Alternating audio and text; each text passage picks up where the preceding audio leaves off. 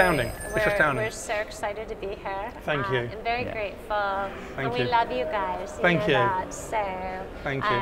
We're just really Yeah, it's just a great happy. setting. We were saying great venue, and it seems like a great lineup of films. We've met a number of the people here, so thank you. just the not energy, enough time to the see energy. everything. No, there isn't enough time. Sorry, yes, I am interviewing Mark and Judith from Memories Recording, Memory Store. I just point this out. So I'm going to say, I refer to you as a filmmakers. I know that's not technically true necessarily with you, Judith, because really the subject matter is your works of art and it's about you. Mm-hmm. And Mark, you are really, if you don't mind me calling you the filmmaker, because you're the conduit and the conduit. story. So between you made the film. Can I say it that way? The story originated. Yeah. And another key person who's not with us this time, Jake. Jake is the director. He's the director. Amazing director. Amazing director. He's working on a project in Detroit now. Okay. Shooting a small feature. Isn't that do they call that the Rust Bowl? Detroit. Oh, the Rust Belt. Rust Belt. Okay, Rust Belt. Yeah. Dust Bowl. Dust Bowl. Dust Bowl was in Midwest. Midwest. Okay. Midwest. Although Detroit is sort of, Michigan is kind of on the edge of it. More the Rust Belt because of the car manufacturing industry.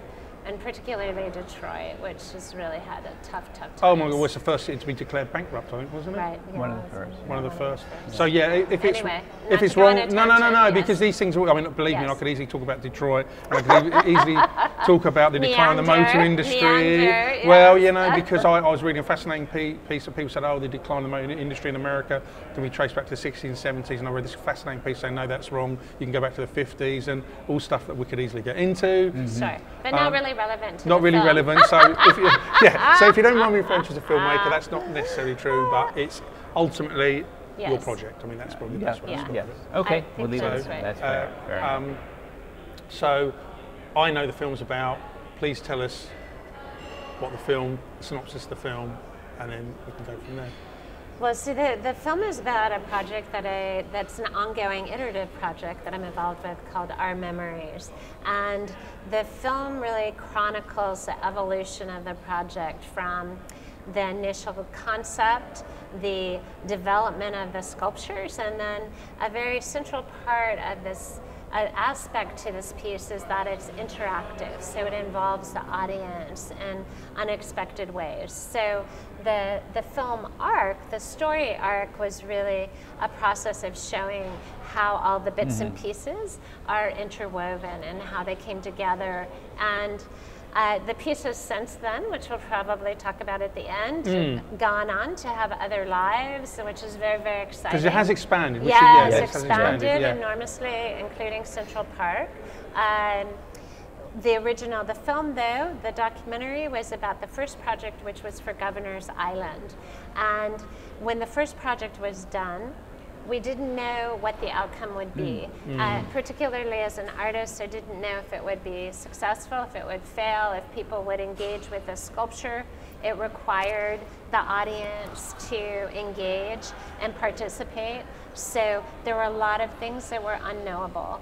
And when I was iterating and imagining the piece, I spoke to Mark about it, who is also, as you know, an actor and producer and story arc. And at that point, Mark said, we really need to document this. And so because it is so unusual. It is so unusual. It's easy for me, like a spoiler alert. I know it's a documentary, but sorry, interrupted. But my personal opinion about the film is I will say it's the moods that people have that are reflected, the emotions that are reflected in this. But with the colour coding, I'm making this sound oversimplist, but that's kind of, I think, what it's about, isn't it? Yeah, no, it is about that. It's very much so. For the audience, the audience listening here, it's very much about recalling a formative event in your life, in your personal life, and then associating that event with one of 6 primary emotive categories for love, anger, fear, sadness, joy, surprise. And each one of those emotive classifications has a corresponding color. So love is a clear stone, sadness is a blue stone, joy is an orange stone, anger is red, purple is surprise, and green is fear. And one of the things, the unexpected outcomes of the project was I had no idea the sculptures begin empty. They're completely empty. They don't have any they're hollow. stones. They're hollow. Yeah, exactly. yeah. They're hollow vessels to capture these experiences. And as the person thinks of a memory, then they classify it into, was it joyful? Was it sad? Was it painful? Was it the complexity of the human experience, right? Because it's not all joyful. And interestingly enough, the sculptures really reflect that, right? They're an assemblage of, they're multi-toned, they capture the full range of emotional experience. Which was another thing, though, that was quite unexpected. Would it all be kind of happy? Would people be thinking about happy memories? Would it mostly be orange, or? Because I was hoping it would be, not angry, right? But I was hoping, my great hope was, which shows that, to my surprise, it would all be a happiness or a love emotion, which I would have thought and I hoped would be the overriding thing. But actually, looking at this poster is a really good example. Actually, it is a mix of all the colours. Yes, it is. So, and which is a bit of a surprise to me. But then, or maybe that's a good thing it is, because it shows we're complex animals, and I don't know. Yeah, it shows the complexity of the human response. And what I liked about the concept of the project at a higher level was that it was about stressing the similarities of the human experience rather than the differences. And given our political situation globally now, is that all people have feelings of anger, of joy, of sadness, and that we can all get together there. So it's kind of a project to pull people together rather than drive them apart in its own way. Right. And so, yes, we are the mix of all those emotions. You know, your shade may change a little bit, you know, the overall tone. And these, we should point, these are quite large, aren't they? Yeah. They are actually, because I they're thought, life-size. they are life-size. When I first saw this and didn't actually see the film, I hadn't seen the film at the time, and obviously I've seen it a few times. I thought it was about up to my waist height, but of course it's not like 6 foot or whatever, I don't know. Right, there's about 5 feet, 5 to 6 feet. Okay, yeah. And the material is a resin cast. And to Mark's point, it's very much about our shared humanity. So the larger theme for this body of work was about breaking down the barriers that divide us, all those artificial barriers around ethnicity, age, and religious preference, or there's so many things now that we're divided about as humans. And the underlying construct was to create something that reminded us of our core, of our shared humanity, that really underneath this facade that we all have that might manifest differently, we're all the same, because we all have experiences in cognitive thoughts and emotions, and then just, you know, beyond that at a cellular level, from a physiological perspective, we're identical. So the idea that we build all these walls and divisions between one another is really unfathomable. Humans are remarkable, aren't they? I know, it is. I remember reading, and I remember reading this picture, and the guy, you know, he's saying, I'm not trying to overemphasize, I can't remember, some physicist, it might be Carl Sagan, I can't remember, but he's basically the most advanced structure in the whole universe, known universe, is the human brain. And you kind of think, really, but then you get at what because it is unfathomable, it is. Yes. We haven't reached the level. The frontier. We haven't reached.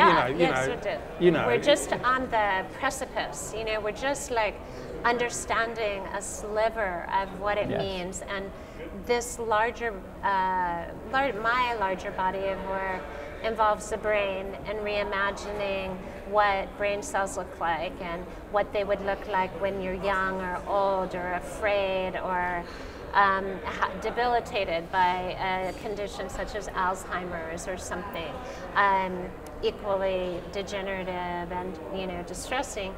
But this body of work is all about the brain, and as I thought about the project that I wanted to do for Governor's Island, once I had been accepted, it's part of an art exposition where 100 projects are selected to be developed. So Our Memories originally was developed as part of that.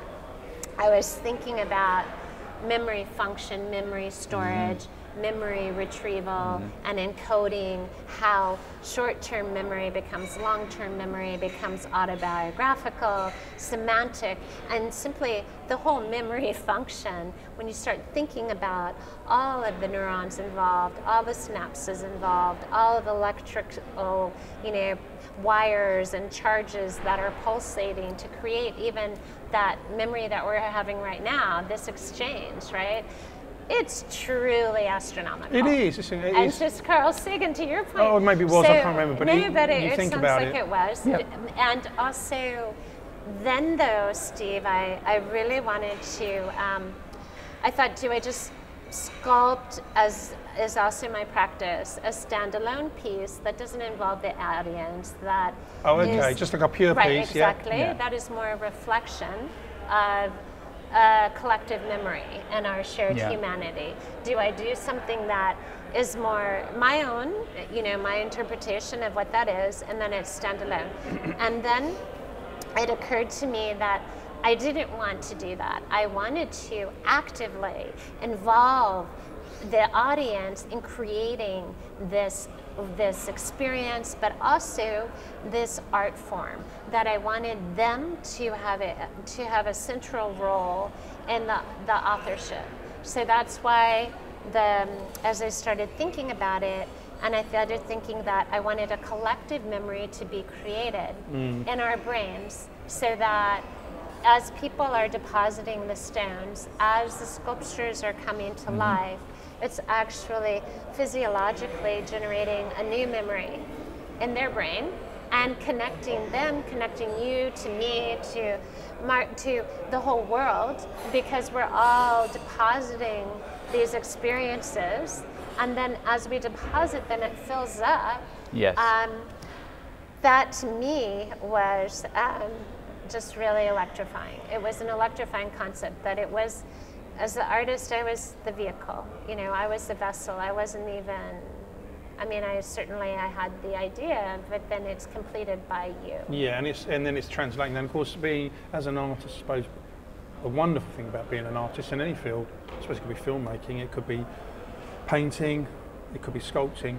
Whenever you come up with an idea to make a piece, it's you need, oh God, I'm saying the wrong thing. I'm assuming that you would always want it to be unique from the last project.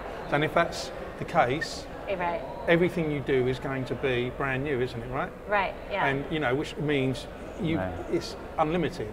Right. It's the limit is all the limit of what you want to produce, So that must be an incredible feeling. So, for instance, we should get on to this. You're here in because this has opened other doors, isn't it? Instead of other things. Huge, so you've got other gigs because of this, if that's the right word to use. But the project you're working in Spain is radically different to this project, right? Yeah. So to bring people up to speed, and so. Actually, it was funny. I went off on a tangent. No.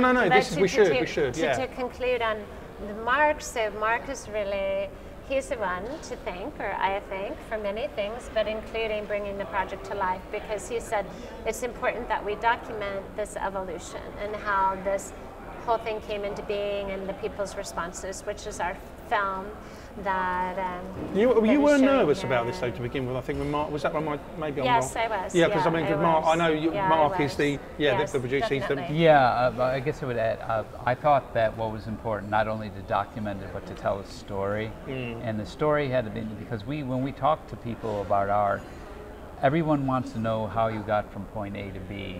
They just don't want to see the end result. They're curious, which is a healthy curiosity. Yeah.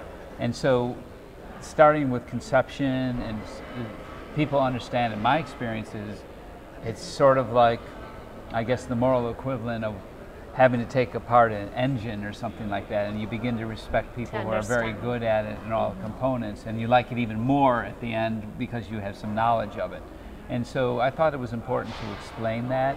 The concept, obviously, that we talked about, togetherness, I guess, or shared humanity, absolutely. But how do we get here? Because I think with the Instagram culture and stuff like that, people they just see the snapshot. Insta, and it is, and we all do it, and it's like everything. Like, here's us going off a tangent. We were talking about Tinder. I'm not on Tinder. I'm married, okay. obviously. But the reason we're talking about it, which feeds into this instant gratification, and I'm talking about the instant gratification of even looking at saying swipe left, swipe right. But it's also quick, isn't it? And Instagram's got a sample, and Tinder is, and Grindr, and God knows what else is out there. Because it's all have you seen this? Yeah, move on. And there's, I think the filmmaker over there, actually, Vikram pointed out to me yesterday, the thing is, Steve, you've got to catch the eyeballs. There's so much out there. You need to grab it. Right. Because you know, if you haven't got their attention within 10 seconds, it's gone. It's gone. Because that's the most important time. I think there's also a soft touch. Like there's also, I think that my body of work in many respects is very, follows a more soulful, or I don't know if I want to be judgmental about it. It's just a different approach that it really requires your engagement. A piece like this, it's not an instantaneous thing. No, you need to soak it up, don't you? Yeah, but there's a physicality. And not only that, but you. So that was. I mean, the fear was more about being filmed because I'm not an actor and I'm not and so I think that stemmed from not being certain I could articulate fully what I was trying to do, which I think Jake captured some of, all of it probably, that I'm not a trained professional. But imagine if you hadn't made the film, because I think now you'd be kicking yourself. Oh yes, without question. Oh yeah, you'd be kicking yourself. The film has led to so many things in terms of this wonderful film festival. Yeah, meeting you. Thank you. Again. Meeting, of course. Dan, the whole crew. Also, this larger community of filmmakers and creative spirits, and that's really led to, we see them in New York, we see them here, we see them, that there's this larger community of like people exploring humanity from different angles. And I would say that's a constant theme running through your festival, is that the films address different aspects of the human condition. Yeah. And I respond to that so viscerally, and this piece is all about being a very visceral piece. You're responding to it instinctively. Our memories that when we had the sculptures, people were literally were just coming. I didn't even need to be there. They were just doing it. It was human magnets. There was something about the form that seemed familiar. There was something about. Right, I think that. Was there much persuasion needed, Mark? I mean, no, because you might have needed persuading, you know. You mean persuading Judith? Yeah. I think it was more about allaying concerns and a little coaching, but the story is so compelling and she wanted that told, so I think it was fine. What I like is we just talked about. Once we got started, it was once we were documenting the process, and you just get and into also we didn't know what the end result would be when we were because we were filming pre-installation, right? Yeah, because you're going, the so whole thing. Yeah. If the installation happened, which was a month-long installation on Governor's Island, if it could have gone many ways, right? It could have been that the sculptures remained empty and no one engaged with them. Oh, it could have been, yeah. Oh, yeah, it could have been. I mean, it could have been just, I didn't really know, and the film did capture that in one of the snippets in terms of, I don't know what will happen if people will ignore the sculptures, if they won't know what to do with them, because my vision for it certainly was that people would want to participate and would want to add their memories and would want to communicate with one another and would want to have this larger, contact and conversation. I wonder if you'd have got the same result if you'd have placed it, because this is New York, right? Yeah, yes. So of course, I always envisage New York as kind of like London, so very ethnically diverse. I mean, I've been to the States a few times. I've never been to. I've been to Boston, Chicago. Anyway, so I've got a feeling of what it's like in these more urban environments. Yeah, and it's dense population. Dense population is probably educationally further up the scale. I choose my words carefully. So the point I'm trying to make is, I'm sure you've explored. I wonder what the reaction been if you'd have put this in, say, Detroit. Touched upon that earlier. If you'd put it in Wisconsin. Well, so interestingly enough, Would it have been the same field with the same colours? Would it have been a mix of Well, the colours? colours would have been the same. Well, the colours would have been the same, but would there have been as much engagement, I wonder, I guess? Those are good questions, but I think, what were you going to say? I'm saying it's hard to predict the future, but based upon, well, we all have to make predictions or else you don't do anything, but based upon the way children who had never seen this before, and children, if you view younger children as kind of neutral, and they're not fully acculturated yet, they haven't been repressed, and we saw children, if you see, of every ethnic group and age. They were just so I would guarantee you the children would interact. Yeah, the children will be, what about the adults? So here's the thing though, that what I think was very much of a melting pot experience on both Governor's Island and then subsequently, as you'd mentioned, and we mentioned, the project has been in Central Park, has been in Thomas Paine Park, which is a very prestigious park near City Hall in Lower Manhattan. So all and in all of those instances, there have been a different demographic. Yes. So in Central Park, it was highly tourist, but from all over the world, because you have people wandering through Naumburg Bandshell there were people there from South America, from Africa, from Northern all Ireland, parts of Europe. So to me, that was very representative of an international audience. On Governor's Island, you had working class people from, more tradespeople, we call them blue collar. Blue collar, blue collar crime, white collar crime, we're going off tangent. But you had them coming through because because it was their Sunday afternoon. It's their Sunday noon, and they just stumbled upon it. So they weren't an art intelligentsia audience, which was something that appealed to me quite a bit, to bring it out into the public so that it's a public art participatory piece, that it's in the public domain, that people are, it's not behind, in a white box that's in some kind of rarefied environment. It's actually in your environment. You're engaging with it. Fantastic. So, yes. It's fantastic. Very exciting. And as I alluded to earlier, this has led on to other things, and ultimately you are in Spain to do a commission, I think. Yeah, that's true. That's correct. So that's correct. it's an art residency program, and it's an extraordinary program named AADK. It's in the Murcia region of Spain, which is about 2.5 hours north of here, and the Rocote Valley. It's in a small town called Blanca, which is utterly magical. I bet it's heaven. It's heaven. It's heaven, yeah.